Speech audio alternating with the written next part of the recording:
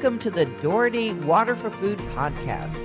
Since 2010, the Doherty Water for Food Global Institute at the University of Nebraska has worked toward one goal, a food and water secure world.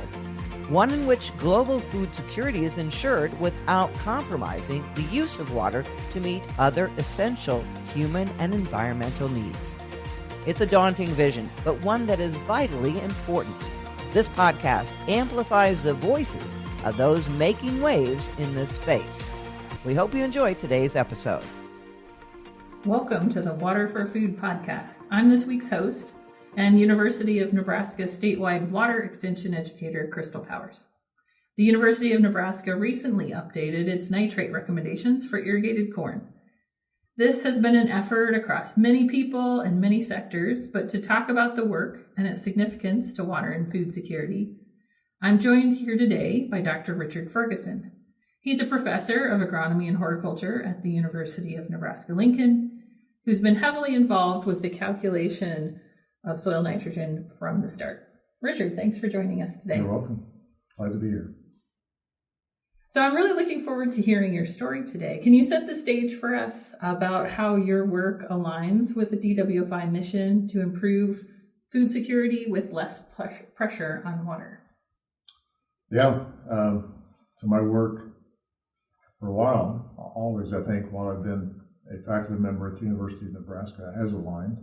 I was hired to focus particularly on nitrogen management at the time in south central Nebraska, but over time that gradually broadened to a statewide focus because of water quality issues that existed when I was hired in the mid-1980s. So we've approached it with an idea of how can we improve the environmental impacts of agriculture, but at the same time, it's also an economic benefit to farmers. Generally, things that we do to increase profit, optimize profit, align with the minimizing environmental impacts. So that's a positive situation on both fronts. And we're going to take kind of a global look first with DWFI's mission. You've just recently returned from leading the foundation of the Rwanda Institute for Conservation Agriculture. Can you tell us a little bit more about the mission of that institute? Yeah, as the name implies, it's focused on conservation agriculture, appropriate to smallholder farmers in East Africa, especially Rwanda. So in some ways, that may seem far afield from Nebraska, and in some ways it is, but in many ways it's very similar. Farmers have similar challenges there. So I was involved from the perspective, the University of Nebraska was asked by the Howard Buffett Foundation to provide guidance on developing the curriculum for this new institution.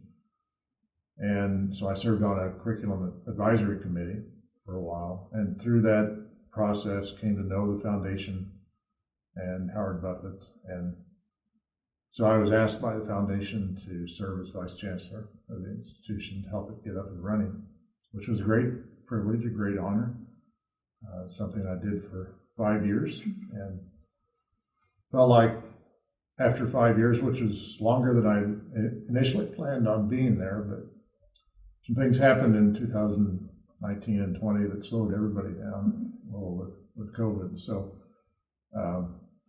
after 5 years, we felt like we'd done much of what we'd set out to do and felt like it was time to come back to Nebraska. So what most inspired you about your time there in Rwanda? Just so many things, seeing how things are so different and yet so similar. Farmers, I found, are very similar in their underlying driving motivation, that they want to have a sustainable, reasonable livelihood, and that's more easily done in Nebraska than there. I think farmers at their heart want to be good stewards of the resources they've been given. Farmers very much in both environments are reluctant to change. They they're comfortable with what they're doing and they understand what they're doing. And so when we encourage them to do something out of their comfort zone, that's hard sometimes. So let's go back to the beginning a little bit. Tell me a little bit about when did you first get a passion for soil? Well, in varying degrees. I farmed some with my grandfather in high school and college, and just saw his stewardship of his farms and enjoyed doing that, but didn't know that I saw that as a career for myself at the time. I worked in industry with a fertilizer and grain dealership in Kansas after I got my undergraduate degree, and that helped point me more towards agriculture as a career.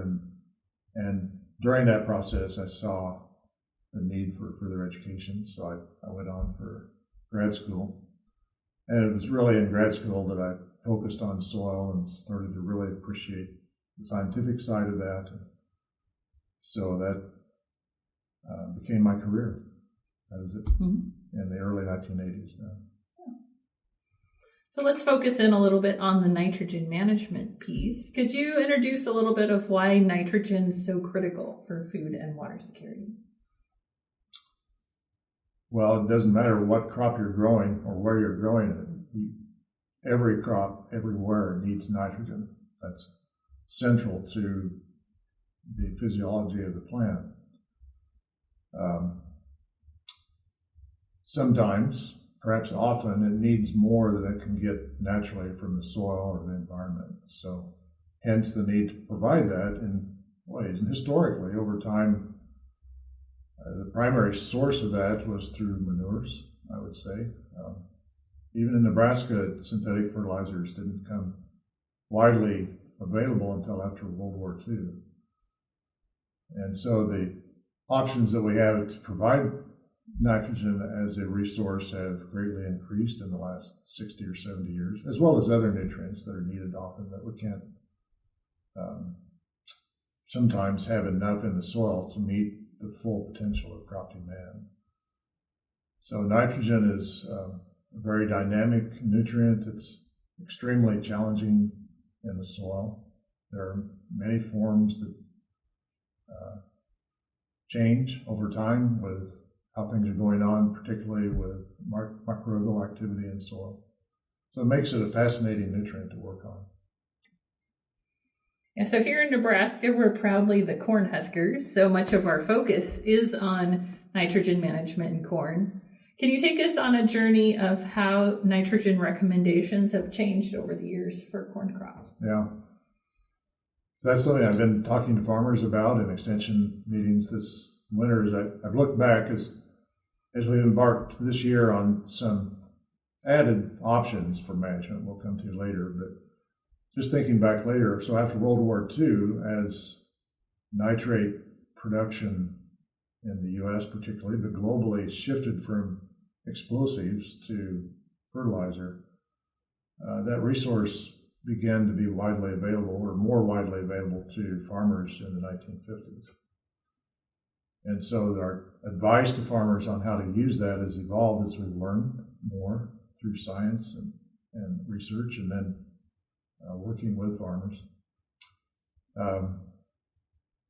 Early on, it was relatively inexpensive, and we saw that it significantly increased crop yield, so there wasn't much constraint on how much to apply.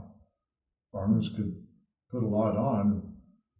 At some point, they started to learn they didn't need any more than a certain amount, and we saw that through the research. But in the 1950s through the 1960s, farmers just did not use nitrogen fertilizer very efficiently. As we've learned more about it and our recommendations have become more refined, that efficiency has grown a lot. So per unit of yield now, per bushel, at least for corn, the amount of nitrogen that farmers apply is about half what it was 50 years ago, which is a great increase in efficiency. So the University of Nebraska recommendations have gradually evolved as our science has advanced, and our understanding of how nitrogen works and how dynamic it is in the soil. And then also as we've grown to learn some of the negative effects environmentally of over-application. So our recommendation processes on how farmers use fertilizer, nitrogen fertilizer specifically, are much more accurate, I would say, more scientifically based than they would have been 60 years ago. And can you tell us a little bit more about how the UNL nitrogen prediction equation came to be? Yeah. So the approach that's used in Nebraska, it has not been much different than other states in the Great Plains. So Kansas, North Dakota, South Dakota, Oklahoma. Those environments have relatively less rain than when you go further east. So Indiana, Ohio, Illinois. Consequently, that lends itself better to a mass balance approach where we know the crop needs so much nitrogen per unit of yield. And then we estimate, and this is through research, how much is available from soil, from irrigation water nitrate in Nebraska, from legume crops. We have a lot of history of research providing estimates of those credits. So we can estimate how much is going to be available to the crop from those resources compared to what our yield potential is, and then figure the difference to meet that yield potential we need to supply as fertilizer. So it's a mass balance approach saying we need X amount for yield, we can provide Y through the soil, and we need the difference through fertilizer. So when did the research on in-season sensors that were more responsive, and maybe tell a little bit more about kind of that predictive approach versus a more responsive approach? So the mass balance predictive approach is based on averages that we see for soils and ecosystems and especially weather. So on average, it works well, we think, in Nebraska. There's always room for refinement, but it's been refined a lot over the last 40 years. A reactive or in-season and actually a sensor-based approach is something that's been in development now for about 40 years. When I first started at Nebraska, I had a collaborative project with Jim Shepherd and Gary Hergert at the Research Center at Clay Center. It was a very intensive water quality project, actually funded by the Burlington Northern Foundation. And in that project that we had, which the entire project was not focused solely on nitrogen, it was on all sorts of aspects of agriculture that could impact water quality. But in the nitrogen study, we started to look at impacts of management on chlorophyll in the plant. There was a graduate student that did a lot of sampling, leaf sampling to directly measure chlorophyll in the leaf, relate that to the nitrogen status of the crop.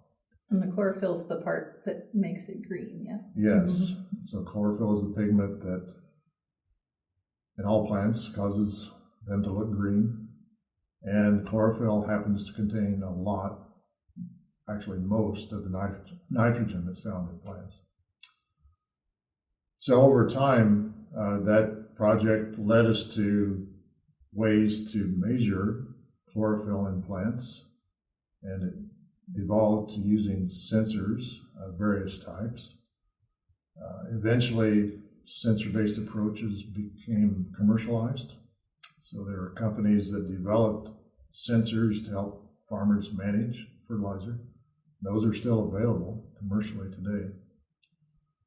And eventually, so satellite sensing has been around for a long time too, but only in, I would say, the last 6 or 8 years, maybe, have satellite platforms evolved to where they have the necessary capacity to really be useful for in-season management of crops. So starting about 4 or 5 years ago, we started to use satellite systems as the basis for sensing crop nitrogen status in Nebraska. And that really lends itself well, particularly to irrigated crop production, because we can use the irrigation system to apply nitrogen during the growing season. And then, so how have the UNL nitrogen recommendations been updated this year with irrigated corn to reflect some of those research innovations? So as I mentioned, Nebraska has had a prediction equation for 40 or 50 years now, and we still have that option for growers that would like to continue using that. We certainly encourage them to do that.